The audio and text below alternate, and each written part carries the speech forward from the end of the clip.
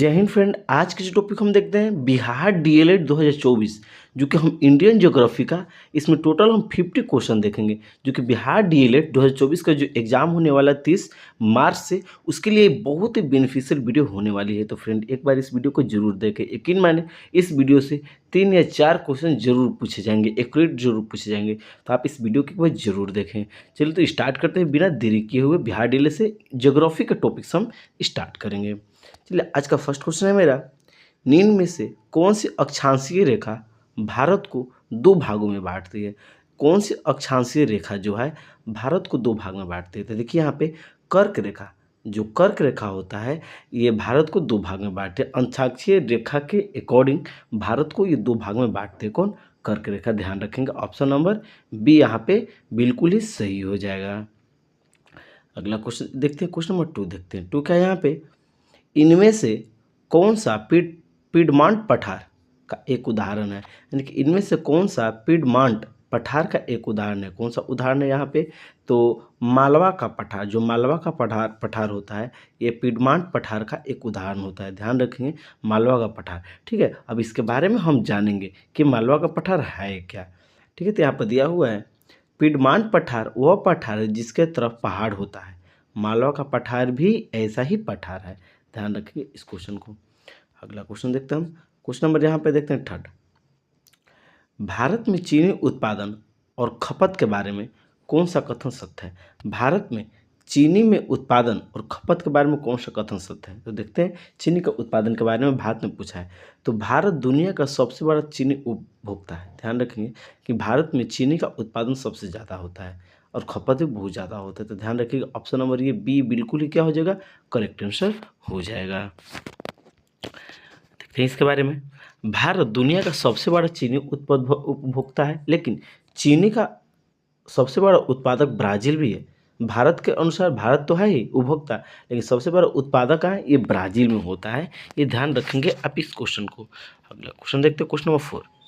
लक्षद्वीप द्वीप समूह, लक्षद्वीप जो द्वीप समूह है निम्न में से किस महासागर में स्थित है? जो लक्षद्वीप द्वीप समूह है ये किस महासागर में स्थित है? बताना है ये किस महासागर में स्थित है। तो ये अरब सागर, अरब सागर में ये स्थित है। देखिए यहाँ पे जैसे कि ये भारत का नक्शा हो जाएगा अकॉर्डिंग टू, समझिए। तो ये हो गया नॉर्थ, ये हो गया साउथ, ये हो गया ईस्ट और ये हो गया वेस्ट। तो देखते हैं यहाँ है ये नॉर्थ साइड में, नॉर्थ साइड में तो यहाँ पे हिमालय पर्वत है। ठीक है, ईस्ट में बंगाल की खाड़ी है, पश्चिम में अरब सागर है और साउथ में हिंद महासागर है। तो पूछा जाएगा अरब सागर में लक्षद्वीप है। और अरब सागर किस दिशा की ओर स्थित है? तो वेस्ट की तरफ, पश्चिम दिशा की ओर स्थित है। ध्यान रखेंगे इस क्वेश्चन को। क्वेश्चन नंबर 5 देखते हैं। हिमालय के किस भाग में करेवा पाए जाते हैं? हिमालय के किस भाग में करेवा पाए जाते हैं? किस भाग में? तो यहाँ पे कश्मीरी हिमालय में ये करेवा पाए जाते हैं। ऑप्शन नंबर डी यहाँ पे बिल्कुल ही करेक्ट हो जाएगा। अगला देखते हैं क्वेश्चन नंबर 6। 6 क्या है, एशिया का सबसे बड़ा ट्यूलिप बाग किस राज्य में स्थित है? एशिया का सबसे बड़ा ट्यूलिप बाग, क्या यहाँ पूछा जा रहा है ट्यूलिप बाग, ट्यूलिप बाग एशिया का सबसे बड़ा ट्यूलिप बाग किस राज्य में स्थित है? तो जम्मू और कश्मीर में स्थित है। ध्यान रखेंगे ट्यूलिप बाग जो है ये जम्मू और कश्मीर में स्थित है, जो कि एशिया का सबसे बड़ा ये बाग है। इसके बारे में हम देखते हैं यहाँ पे Indira Gandhi memorial tulip garden, Indira Gandhi memorial tulip garden Jammu Kashmir में श्रीनगर में स्थित है। ये एशिया का सबसे बड़ा ट्यूलिप गार्डन है। यह 30 एकड़ के क्षेत्र में फैला हुआ, वर्ष 2007 में ये खुला था। अगला क्वेश्चन देखते हैं हम, क्वेश्चन नंबर 7। 7 क्या है यहाँ पे, लाल बकया, बागमती और कमला नदियों के तटबंध को मजबूत करने और उनका विस्तार करने के लिए भारत किस पड़ोसी देश के साथ सहायता प्रदान कर रहा है? क्या कर रहा है? लाल बकया, बागमती और कमला नदियों को तटबंध को मजबूत करने और उनका विस्तार करने के लिए भारत किस पड़ोसी देश की सहायता कर रहा है? तो नेपाल देश के साथ ही क्या कर रहा है? सहायता कर रहा है। ठीक है, ध्यान रखेंगे। इसके बारे में देख लेते हैं। वही दिया यहाँ पे कि लाल बकया, बागमती और कमला नदियों के किनारे पर तटबंध भारत की सहायता से की जा रही है। यह बाढ़ जैसे खतरों से बचने के लिए आवश्यक है। अगला क्वेश्चन देखते हैं यहाँ पे, क्वेश्चन नंबर 8। लोकटक झील, लोकटक झील किस राज्य में स्थित है? तो लोकटक झील ये मणिपुर में स्थित है। कहाँ पे? मणिपुर में लोकटक झील स्थित है। कहाँ पे? मणिपुर में। ले दे क्वेश्चन नंबर 9 क्या है, निम्न में से कौन अंडमान द्वीप समूह को निकोबार द्वीप समूह से अलग करता है। यानी कि अंडमान द्वीप समूह जो है ये निकोबार द्वीप समूह को अलग करता है किसके द्वारा, तो 10 डिग्री जो चैनल है 10 डिग्री चैनल के द्वारा, 10 डिग्री चैनल के द्वारा अंडमान द्वीप समूह और निकोबार द्वीप समूह का होता है ये अलग होता है। अगला क्वेश्चन देखता हूँ क्वेश्चन नंबर 10, माजुली विश्व का सबसे बड़ा नदी द्वीप भारत के किस राज्य में स्थित है।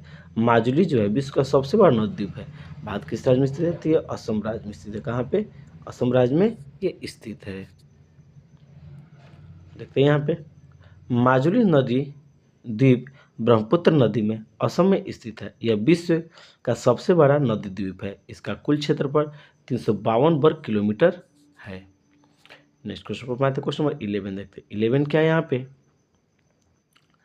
ग्रीक केसर क्या है, गिर केसर, गिर केसर क्या है, गिर केसर। क्वेश्चन देखते हैं, गिर केसर को भौगोलिक विशिष्ट पहचान दी गई है किसकी प्रजाति है, यानी गिर केसर जो है ये किसकी प्रजाति है, तो ये आम की प्रजाति है। गिर केसर किसकी प्रजाति है, आम की, मैंगो की प्रजाति होती है। देखते हैं यहाँ पे, आम की यह प्रजाति गुजरात के किरनार पहाड़ियों की तलहटी में मुख्य रूप से उगाई जाती है। आम की यह प्रजाति 1931 में जूनागढ़ के वजीर द्वारा वनथाली में पहली बार उगाई गई थी। ध्यान रखेंगे इस क्वेश्चन को। अगला क्वेश्चन देखते हैं हम यहाँ पे, क्वेश्चन नंबर देखते हैं 12 क्या है, निम्न में से किस पर्वत श्रेणी में क्या है, दोदा बेटा चोटी स्थित है। क्वेश्चन बहुत ही इंपॉर्टेंट है, किस पर्वत श्रेणी में दोदा बेटा चोटी स्थित है, तो नीलगिरी की श्रेणी में ये स्थित है। कहाँ पे, नीलगिरी की श्रेणी में। अगला देखते हैं क्वेश्चन नंबर 13, निम्न में से किस नदी को बंगाल का शोक तो कोसी नदी को भी कहा जाता है। ध्यान रखेंगे। अगला क्वेश्चन देखते हैं हम यहाँ पे, क्वेश्चन नंबर 14, भारतीय भू विज्ञान मंत्रालय ने प्रोजेक्ट वर्षमान की आधारशिला किस देश के सहयोग से रखी है, तो फ्रांस देश के साथ ही सहयोग रखा गया है। देखते हैं यहाँ पे, भारतीय मौसम विज्ञान अनुधानीकरण के उद्देश्य से फ्रांस से सहयोग भू विज्ञान मंत्रालय ने प्रोजेक्ट वर्षमान शुरू किया। अगला क्वेश्चन देखते हैं यहाँ पे, क्वेश्चन नंबर 15, भारतीय रेलवे जोन को कितने जोन में बांटा गया, भारतीय रेलवे को कितने जोन में बांटा गया, तो 17 जोन में बांटा गया। कितने, 17 जोन में बांटा गया भारतीय रेलवे को। देखते हैं यहाँ पे, भारतीय रेलवे की स्थापना 8 मई 1845 ईस्वी को हुआ था। हो गया। भारतीय रेल नेटवर्क विश्व का चौथा सबसे बड़ा रेल नेटवर्क है। कब है, चौथा है। भारत में रेल नेटवर्क की कुल लंबाई 1,21,407 किलोमीटर है। ठीक है, ध्यान रखेंगे इस क्वेश्चन को भी। क्या देखते हैं, भारत में सबसे बड़ी नदी द्रोणी निम्न में से किस नदी में है, तो गंगा नदी में स्थित है। कहाँ पे, गंगा नदी में स्थित है। क्वेश्चन 20, भारत के 90% हीरे किस शहर में प्रसंस्कृत है, तो सूरत में। भारत के सूरत शहर में 90% हीरा पाए जाते हैं। कहाँ पे, सूरत में। अगला क्वेश्चन देखते हैं हम, इसके बारे में देख लेते हैं। यहाँ पे, गुजरात का सूरत शहर जो है हीरे की कटाई और पॉलिशिंग के लिए विश्व प्रसिद्ध है। कहाँ पे, सूरत में। अगला क्वेश्चन देखते हैं, क्वेश्चन नंबर 18, भारत में नूनीमती नामक स्थान पर किस लिए प्रसिद्ध है, तो पेट्रोलियम उद्योग के लिए प्रसिद्ध है। किसके लिए, पेट्रोलियम उद्योग के लिए। देखते हैं यहाँ पे, नूनीमती असम के गुवाहाटी में स्थित है। यह पेट्रोलियम उद्योग के लिए प्रसिद्ध है। इस स्थान पर इंडियन ऑयल कंपनी द्वारा पहला तेल शोधन कारखाना शुरू किया गया था। अगला क्वेश्चन देखते हैं, क्वेश्चन नंबर 19, निम्न में से किस नदी को पंचनद क्या करें, पंचनद में शामिल नहीं किया जाता है। किस नदी को, तो सिंधु नदी को शामिल नहीं किया, बाकी सभी रावी नदी, चिनाब, झेलम को शामिल किया जाता है। अगला क्वेश्चन देखते हैं यहाँ पे, क्वेश्चन नंबर 20, निम्न में से कौन सी नदी भ्रंश घाटी से होकर बहती है, तो नर्मदा जो नदी है ये भ्रंश घाटी से बहती है। कौन सी नदी, नर्मदा नदी जो ये है। क्वेश्चन नंबर 21 देखते हैं, ताबू मठ किस राज्य में स्थित है। ताबू जो मठ है किस राज्य में स्थित है, बताना है ये किस राज्य में स्थित है, तो हिमाचल प्रदेश में से। देखते हैं, ताबू मठ हिमाचल प्रदेश के लाहौल स्पीति जिले में स्पीति घाटी 3050 मीटर की ऊंचाई पर स्थित है। क्या, ताबू मठ स्थित है। ध्यान रखें, क्या? ताबो मठ। ठीक है, अगला क्वेश्चन देखते, क्वेश्चन नंबर 22 देखते हैं यहाँ पे। चलिए तो क्वेश्चन नंबर 22 देख 22 का है यहाँ पे, बिना ऑक्सीजन आपूर्ति के माउंट एवरेस्ट की चढ़ाई करने वाले पहले व्यक्ति राइनहोल्ड मेस्नर थे। कौन थे? राइनहोल्ड मेस्नर थे। देखते हैं यहाँ पे, जर्मनी के राइनहोल्ड मेस्नर 1978 में पीटर हाबलेर के साथ बिना ऑक्सीजन के माउंट एवरेस्ट पर चढ़ाई की थी। वे समुद्र तल से 8000 मीटर से अधिक ऊंचाई वाले सभी पर्वतों पर चढ़ाई करने वाले पहले व्यक्ति थे। कौन थे? जर्मनी के राइनहोल्ड मेस्नर। 1978 का ये बात है, ध्यान रखिए इस क्वेश्चन को भी। नेक्स्ट क्वेश्चन में बात है, क्वेश्चन नंबर 23, डेम्पियर हुजेस। डेम्पियर जो हुजेस रेखा है किससे संबंधित है? तो सुंदरवन से संबंधित है। कौन? डेम्पियर हुजेस। ध्यान रखेंगे, देखते हैं इसके बारे में।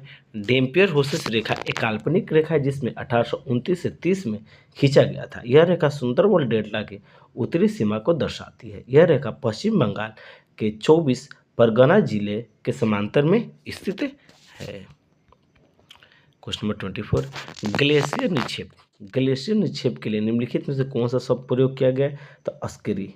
अस्क्रेरी जो है, अस्क्रेरी ये जो शब्द है ये ग्लेशियर शब्द, ग्लेशियर निक्षेप के लिए प्रयोग किया गया है शब्द। देखते हैं यहाँ पे, अस्क्रेरी छोटे से पथरीले द्वीप को कहा जाता है जहाँ पर मानवीय जीवन यापन की संभावना कम होती है। इसे लव सी स्टेक भी कहा जाता है। लव सी स्टेक भी कहा जाता है। क्वेश्चन नंबर 25, ग्लेशियर से पिघलने, वाष्पीकरण और हिम स्खलन के कारण बर्फ कम होने की क्या कहा जाता है? तो अपक्षरण कहा जाता है। क्या कहा जाता है? अपक्षरण कहा जाता है। ग्लेशियर में वाष्पीकरण, पिघलने अथवा अन्य कारणों से बर्फ में कम होने का अपक्षरण कहा जाता है। अगला क्वेश्चन देखते हैं हम यहाँ पे, क्वेश्चन नंबर 26, राजस्थान के कुल क्षेत्रफल का कितना प्रतिशत हिस्सा पर थार मरुस्थल में स्थित है? तो 60% हिस्सा पर यह थार मरुस्थल स्थित है राजस्थान के इलाके में। देखते हैं यहाँ पे, थार मरुस्थल विश्व का 10 सबसे बड़ा मरुस्थल है। यह मरुस्थल भारतीय उपमहाद्वीप में लगभग 20,000 वर्ग किलोमीटर क्षेत्र में का हुआ है, फैला हुआ है। फ्रेंड आज के लिए इतना ही। जय हिंद।